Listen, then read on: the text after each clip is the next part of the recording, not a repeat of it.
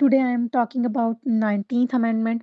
As I already discussed 18th Amendment in my last lecture, which was about restoration of parliamentary democracy, provincial autonomy, prime minister powers, and also about independence of judiciary. That 18th Amendment was passed in April 2010. After 7 months, in December 2010, 19th Amendment was passed that is also related with the independence of judiciary or the appointment of judges of Supreme Court and High Courts. Because in 18th Amendment, appointment of judges was also with the influence of political interference.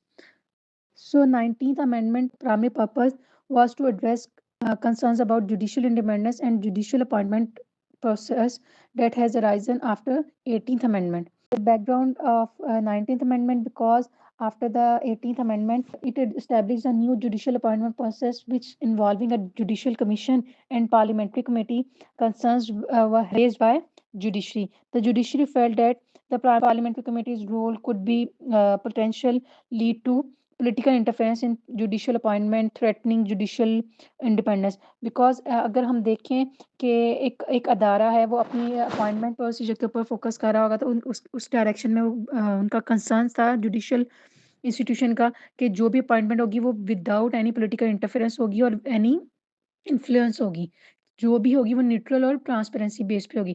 तो उन्होंने कहा कि जो judicial commission बनाया गया है और जो जो एक टीम सेलेक्ट करेगी, उसके बाद वो पार्लियामेंट्री कमेटी के पास जाएगा और उससे वो प्राइम मिनिस्टर और देन प्रेज़िडेंट के पास अपॉइंटमेंट के लिए कैंडिडेट के नेम्स जाएँगे। तो उस सारे स्ट्रक्चर को उनका मकसद क्या था कि एक इसको लेस पॉलिटिकल इन्फ्लुएंस बेस्ड बनाएँ।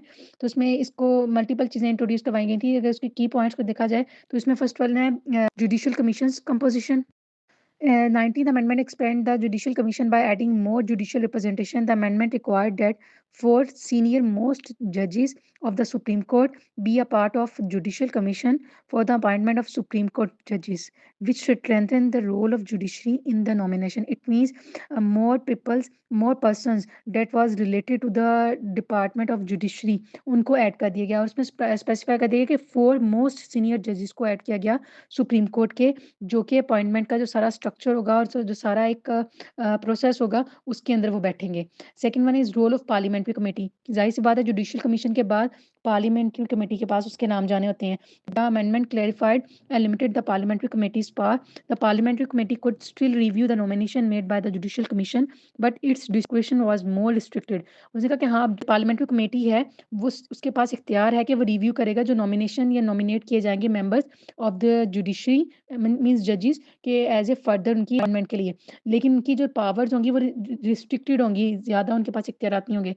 Second one if the committee rejected a nominee अगर पार्लियामेंट्री कमेटी किसी बंदे को मीन किसी जज को रिजेक्ट करती है, नॉमिनी को रिजेक्ट करती है, it had to provide clear written reason for the rejection. It means वहाँ पे लिमिटाइज़ कर दिया कि वो रिटन इश्यू और रीज़न प्रेज़ेंट करेगा किसको कमेटी के सामने, वो कमेटी खुद बनाएगी और उसको प्रेज़ेंट करेगा या सबमिट करवाएगा एग्रीमेंट को कि इस रीज़न की बेसिस पर हमने इस बंदे को क्या है रिजेक्ट किया है। इसका मकसद क्या था? To ensure transparency and accountability in its decision कि इंश्योर करना किस चीज़ को कि ट्रांसपेरेंसी और अकाउंटेबिलिटी को कि फेयर ग्राउंड्स पर जो भी है अपॉइंटमेंट हो रही है उसमें कोई भी ऐसा क्या है पॉलिटिकल इन्फ्लुएंस या पॉलिटिकल बेस नहीं होगा। Third most important point is the amendment required that the parliamentary committee make decisions within 14 days. लिमिटाइज कर दिया कि 14 दिन के अंदर 14 डेज के अंदर अंदर क्या है वो पार्लियामेंट्री कमेटी क्या है उसका डिसीजन जो भी होगा जो रिक्वायर्ड है कि इसके ऊपर रिपोर्ट तैयार करनी है इन जो सारा जो उनके पास नाम गए हैं अगर वो 14 दिन के अंदर उसके ऊपर कोई भी ऐसी रिपोर्ट पास नहीं करती, प्रेज़ेंट नहीं करती या कुछ भी वर्क प्रोसेस नहीं करती, तो वो क्या है जुडिशियल कमीशन ने रिकमेंडेशंस दी हैं नामों की, कैंडिडेट्स की या नॉमिनीज़ की, वो ऑटोमैटिकली एक्सेप्ट हो जाएँगी और प्राइम मिनिस्टर के पास चले जाएँगे, देन वो प्राइम मिनिस्टर से प्रेज़िडेंट के पास फॉर द अप्रूवल चला जाएगा।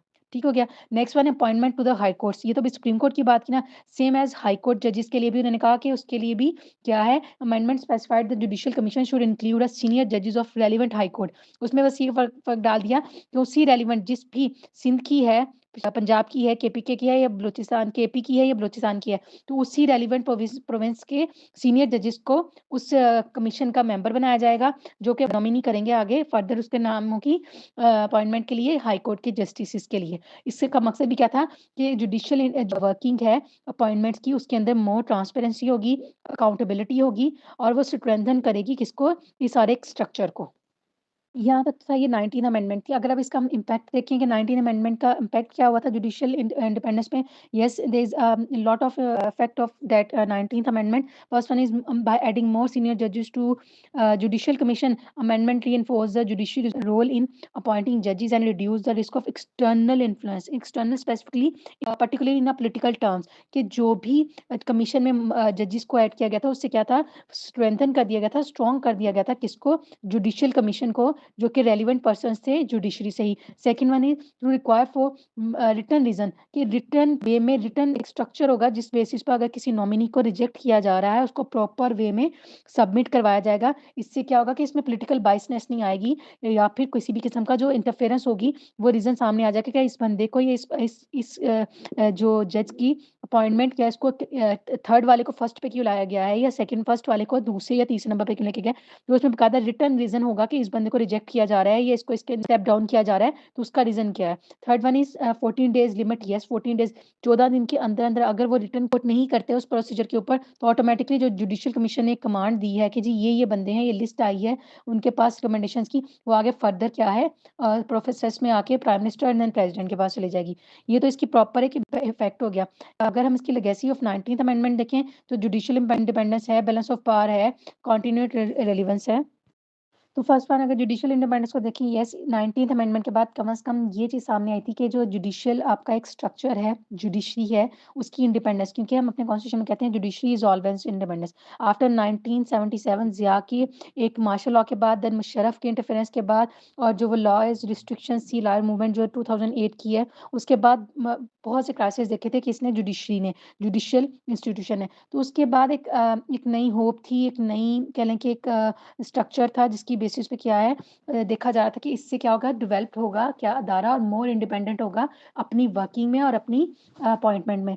Second one is balance of power. Yes, balance of power between the legislative body और the parliament and on the other side judiciary. Both are the important organs of the government, judiciary and legislative, या जिसको हम कह देते हैं parliamentary committee जिसको कह रहे हैं। तो उसमें इसमें कहती है amendment also help created a balance approach to judicial appointment allowing with judiciary significant influence while preserving a role of for parliament to ensure accountability. It means on the both ground कि उनका influence भी political influence भी नहीं होगा और on the other side ensure किया जाएगी किसको? अकाउंटेबिलिटी को। एंड फर्दरमोर कंटिन्यूअस रेलेवेंस अगर देखें, 19th अमेंडमेंट रिमेन्स अ की part of Pakistan constitutional framework symbolizing a negotiated compromises between judiciary and the executive or the legislative branches. It means all three branches of the government cooperate with each other in a term of working or in the structure of constitutional framework. कि judiciary, executive and legislative all are independent organs of the government that are working in their own circles or in their orbits. कि उनका अपना अपना एक structure होगा, legislative law making करेगी, executive executive करेगी, executive body होगी और judiciary implementation of laws, interpretation of laws के ऊपर बात करेगी। ये थी ये 19th अमेंडमेंट। इसको अगर सम अप करूँ, 19th amendment refined the judicial reforms introduced by the 18th Amendment, emphasizing judicial independence while maintaining check and balances. It also provides clarity on the judicial appointment process, enhancing transparency and accountability. The main purpose of this amendment and or need of this amendment is to make that appointment of the judges is more transparent and on accountable structure. Thank you very much.